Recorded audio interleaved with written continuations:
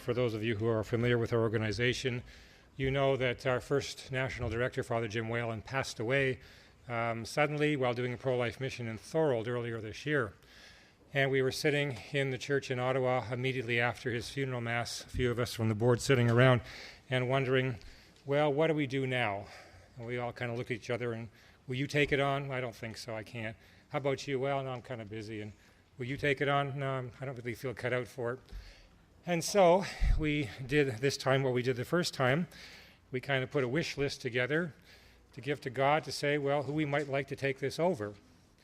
And guess whose name was at the top of our wish list? No. Father Tom Lynch. This was after I'd said I'm not going to do it. So, no, it was Father Tom Lynch, because we know that he probably is one of, if not the best qualified priests in this country to lead this organization at this time. And so we put him on the top of our wish list, our prayer list, and guess what?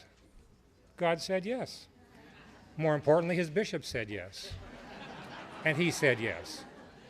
And so we're very blessed to have him now heading up our organization and being with us here this afternoon to round out the speakers. And I'll just quickly run through his bio here because it's almost as long as the talk he's going to give. Father Tom was born in Lindsay, Ontario on July the 29th, 1957, and ordained to the Catholic priesthood in the Diocese of Peterborough, Ontario on May the 25th, 1984. His extensive knowledge and experience has made him a popular advocate, lecturer, and teacher in the area of family life. Some of his involvements include member, Canadian Catholic Conference of Bishops, project on bioethics and its effect on the family in the 1980s, ethics consultant, Archdiocese of Toronto, Ontario Catholic Conference of Bishops, Canadian Catholic Conference of Bishops, chaplain, Toronto Catholic Doctors Guild, advisor, Thomas More Lawyers Guild of Toronto, member, Ethics Committee, St. Joseph's Hospital in Peterborough, Ontario, lecturer in moral theology, and extensive involvement with St. Augustine's Seminary as professor of moral theology, where he taught bioethics, sexuality, and marriage, and papal teaching on social justice, which I believe he still does to this day. At St. Paul's University in Ottawa, he taught sexual issues and Catholic morality, bioethics, and introduction to moral theology. Father Tom's experience in media work is also well known. In addition to approximately 150 interviews, Father Tom acted as media spokesperson for the Canadian Catholic Conference of Bishops, the Ontario Catholic Conference of Bishops, the Archdiocese of Toronto, the Diocese of Peterborough, and St. Augustine's Seminary. His professional associations include the Canadian Bioethics Society, the Federation of Seminary Spiritual Directors, and the Canadian Catholic Bioethics Institute. In his position as National Director of Priests for Life Canada, Father Tom, when coming on the board, took immediate action to fill vacancies that existed on the board and nominated a number of young priests whom he had helped train in the seminary, convinced them to join the organization. In addition to his role as National Director of Priests for Life Canada, Father Tom continues to serve as pastor of St. Joseph's Catholic Church in Douro, Ontario. Father Tom plans to use his extensive knowledge and resources within the Catholic community to advance the purpose and aims not only of Priests for Life Canada, but of the entire Canadian pro-life movement. I'm very pleased to introduce to you Father Tom Lynch.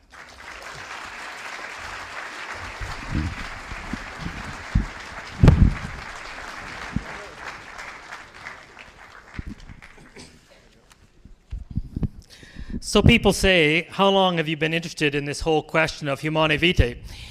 Well, I was a kid, very prone to avarice. I had a godmother who every year on my birthday used to send me $5 every year. And living out in the country without a chance to have a lot of jobs, I was always waiting for that $5, you know. So up came late July 1968, and I was haunting the mailbox. And sure enough, on July 26th, the day or so before my birthday, I went out there, no check, you know, but the Toronto Star was there. And the headlines in the Star were, Pope bans the pill. So I was coming in reading this, and I came into Mom and I said, Mom, what's the pill? She said, I'll tell you later. And she never has. 40 years. You know, there are some anniversaries, these ruby anniversaries, which are happy and it's wonderful. And then others just say, for heaven's sake, why can't you just get over it? 40 years. You know, don't you realize that like any of those other documents, it's old, it's gone, it's buried. It's not for nothing that the title of this whole time together today was A Buried Treasure. But the reality is that some things are even better. Perhaps the more that we are able to discover and indeed rediscover them. Is it just the case that this is a document that came out at a very, very confused time? Or is this kind of a teaching which can resonate throughout time and resonate throughout the ages? And I would posit that it is. In terms of relevance, it's always relevant. An unnamed bishop, he's dead now, so he knows better, said one time, the battle for Humanae Vitae is over. That's why I say he knows better now. And I said, no, it's not over, because you're confusing something very definite. The reality is that the battle for your soul is never over until death. And the battle for the soul of a family is never over until death. The battle of the soul, for the soul of the church, the battle for the soul of all the human race is not over. It's a continual work. It's a continual battle. And each and every time someone comes to be able to say that they truly love that other person, then they must deal with the issues that we've looked at today. And I think that there are 10 things that I would like to be able to bring up as to the relevance of Humanae Vitae in our time, in our day, and in our lives. I always think it's a good thing, to have a mnemonic, an easy way to remember something so you can count through on your fingers. The first is conscience, because it is a very, very basic fact that the teaching on human life caused a major rift within the Catholic Church. That's the reality. Even now, amongst moral theologians, amongst whom I tend to spend some time, that is the watershed. You're this side or you're the other side. And the way of looking at the whole question of conscience is even now incredibly confused. Why is it confused? Because we all struggle, as a Catholic, I say we all struggle with the idea of original sin. I want what I want when I want it. Isn't that the case? I don't know if you remember the cartoons, Calvin and Hobbes. Great cartoon. Too bad it's over. But in Calvin and Hobbes, the little guy, Hobbes, who's about 7, comes to his mom one day and says, "Mom, you know that book you got me from the library?" And she said, "Yes, Calvin, I do." And he said, "I read it. It was remarkable. It was unbelievable. It blew my mind. It changed the way I look at the world." She says, "Wow, that's great, Calvin." And he said, "No, it isn't. I don't want to read another one." Don't bother me. Don't wake me up from my self-induced slumber and stupor. And that is the difficulty we have. I want to be able to make up my mind so long as I don't have to exert too much energy into it. And one of the hard things is to be able to say, you must think. And you must be able to recognize that you are called to learn.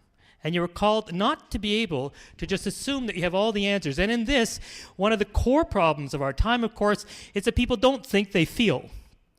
And people will actually equate the words think and feel. Isn't that the case? How many times have I given pro-life presentations, primarily on abortion, and at the end of it, people will say, "Well, that's what you think, but I feel this." Okay, so feel trumps think. But it doesn't do that in conscience.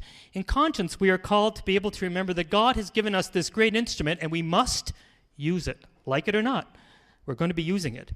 And we're constantly tasked with saying to people, how are you forming your conscience? What are you putting in? Is it only garbage in and garbage out? Or are you willing to